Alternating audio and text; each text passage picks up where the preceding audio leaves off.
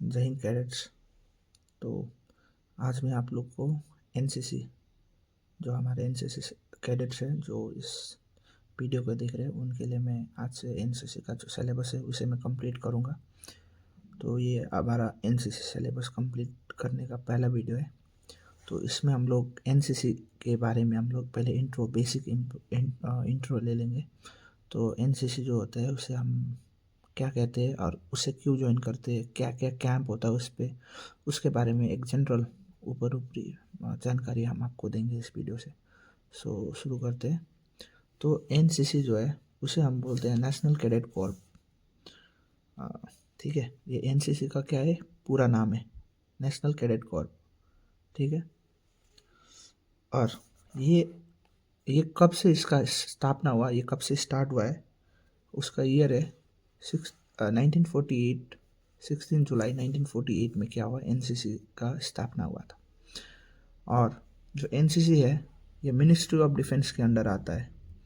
यहाँ पे आप देख सकते हो, it comes under ministry of defence, MoD, ministry of defence के अंदर आता है। इट मीन्स जब बजट एलोकेट होता है तो उसके बजट पे हमारा एनसीसी जो मिनिस्ट्री ऑफ डिफेंस है, जिस पे आर्मी, एयरफोर्स और नेवी और पैरामिलिट्री ये सब कोई जो भी है, तो ये जो आता है तो उसके अंडर पे एनसीसी भी आता है और वहीं पे हमारा बजट भी वहीं पे एलोकेट होता है। एनसीसी को ट्रेनिंग कॉर्प, ठीक है, यूटीसी या फिर यूनिवर्सिटी ट्रेनिंग कॉर्प के नाम से जानते थे। एनसीसी को पहले जब 1948 में एनसीसी स्थापना हुआ, उससे पहले भी एनसीसी था, पर उसे हम लोग एनसीसी नहीं कहते थे, उसे कहते थे यूनिवर्सिटी ट्रेनिंग कॉर्प। इसके बाद चलते फाउंडर, जो एनसीसी था उसका जो फाउंडर था उनका नाम था पंडित एच.एन. कुंजरू।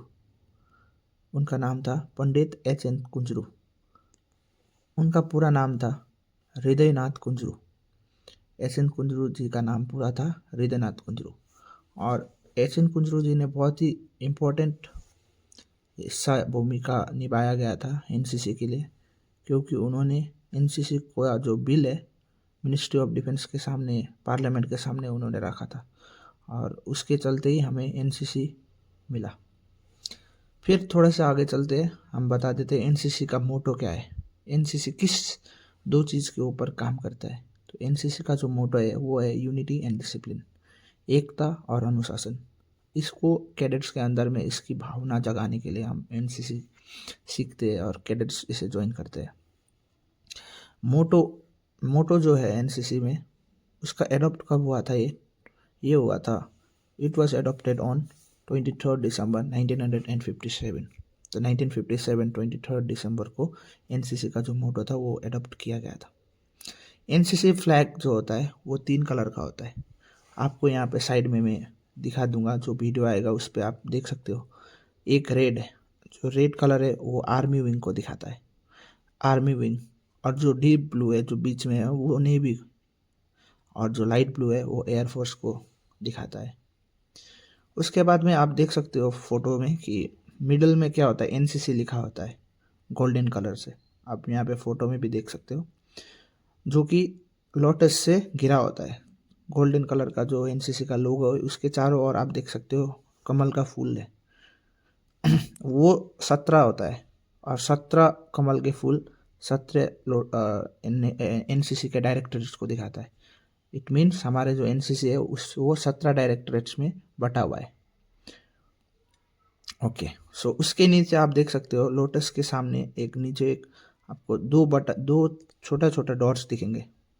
वो जो डॉट्स होते हैं वो रिप्रेजेंट करते हैं 2 ओटीए।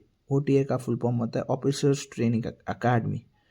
एक ऊपर वाला ग्वालियर मध्य प्रदेश में जो है, और नीचे वाला जो है कामती, जो कि है महाराष्ट्र में। तो आगे चलते हैं। एनसीसी जो होता है वो डीजी एनसीसी के अंडर आता है, जो कि डायरेक्टर जनरल ऑफ एनसीसी है। और डीजी एनसीसी हमारे एनसीआर नेशनल कैपिटल जो है वो दिल्ली में है, डीजी एनसीसी। ठीक है, तो डीजी एनसीसी को चलाने वाला जो है उनका जो रैंक होता है वो होता है लेफ्टिनेंट जनरल का। और करेंटली हमारे डीजी एनसीसी जो है उनका नाम है लेफ्टिनेंट जनरल गुरबीर पार सिंह। ठीक है, गुरबीर पाल सिंह, ठीक है। तो वो हमारे DGNCC है।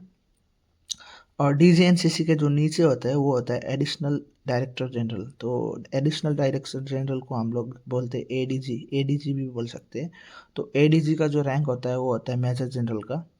और मेजर जनरल अभी जो हमारे करंट मेजर जनरल है, करंट मेजर जनरल का नाम है जगदीप सिंह। तो आप यहाँ पे फोटो में देख ही रहे हो। तो फिर आप देख सकते हो डायरेक्टर्स जितने जो होते हैं वो 17 होते हैं, जैसे मैंने आपको पहले ही बताया। तो 17 डायरेक्टरेट जो है वो हेड कहाँ से करते हैं, वो चलता कहाँ से हो, office of brigade, rank brigadier, ठीक है। तो ये आप सब समझ चुके हो। फिर आगे मैं बताता हूँ थोड़ा सा जो NCC को जो चलाते हैं, ठीक है, वो सब कुछ यहाँ पे नाम दिया गया है। तो आप सब ने सुना ही होगा WTLO, whole time lady officer, ठीक है। वो एक अपॉइंटी होता है, अपॉइंटमेंट होता है जो कि NCC में उनका ऑफिशियल काम करते हैं, ठीक है। और ये इसके बाद में आप देख सकते हो ANO। वो क्या होता है, एसोसिएट NCC ऑफिसर। वो सब क्या होता है कि कॉलेज से कोई प्रोफेसर या कोई स्कूल के टीचर ये सब क्या करते हैं, उनसे वहाँ से अपॉइंट कराते। और ये बनने के लिए उनको क्या करना पड़ता है, OTI ग्वालियर और OTI Kamptee. If you are ST का, इफ़ यू आर मेल तो आपको उसके हिसाब से ग्वालियर या कामती ऐसे करके फीमेल मेल को अलग करके ट्रेनिंग करा जाता है। उसके बाद आप आते हो तो आपको लेफ्टिनेंट रैंक दिया जाता है।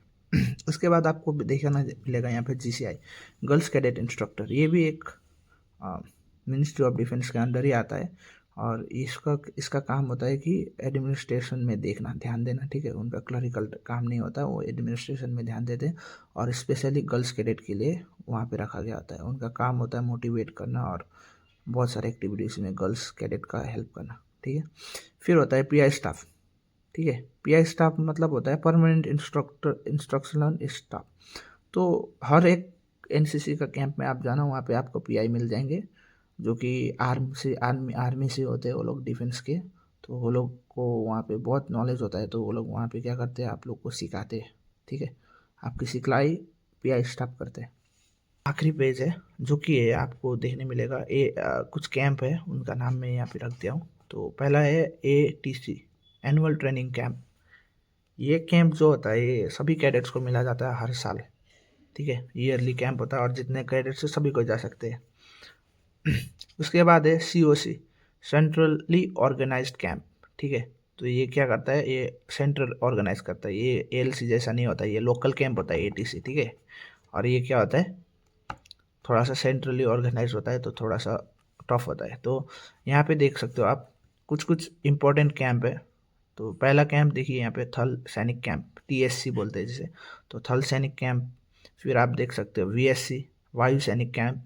NSC, नाविक सैनिक कैंप। तो TSC क्या होता है, आर्मी के लिए रहता है क्योंकि वो थल सैनिक। वायु के VSC होता है वायु सैनिक कैंप, वो होता है एयरफोर्स के कैडेट के लिए। और NSC होता है नावी के सैनिक कैंप, ये होता है नेवल के लिए, ठीक है। और होता है NIC, वो होता है नेशनल इंटीग्रेशन कैंप। इसमें आप किसी भी विंग से जा सकते हो। और एक होता है RDC, रिपब्लिक डे कैंप। वो होता है आपके 26 जनवरी के लिए। और ये one of the highest camp रहता है NCC में, जो कि लगभग 6 महीने तक चलता है, सिलेक्शन से लेकर पूरा। फिर होता है एक YEP, यूथ एक्सचेंज प्रोग्राम, जो कि NCC का हाईली सबसे ऊपर का कैंप होता है। और इस पर क्या होता है, आप इंटरनेशनली दूसरे स्टेट पे या दूसरे कंट्री, सॉरी स्टेट बोल दिया, आप दूसरे कंट्री पे जा सकते हो, जिसपे कि अलग अलग कंट्री अपना यूथ को चेंज करके, एक्सचेंज करके एक दूसरे का कल्चर समझ पाए और एक दूसरे के बारे में सीख पाए यूथ, ठीक है। तो ये होता है यूथ एक्सचेंज कैंप प्रोग्राम। और इसी के साथ में मुझे लगता है आज मैंने NCC का जो नॉर्मल जो कुछ भी था, जनरल था, वो मैंने आपको एक्सप्लेन कर दिया है। और कोई प्रॉब्लम होगा तो आप मुझे पूछ सकते हो। Thank you.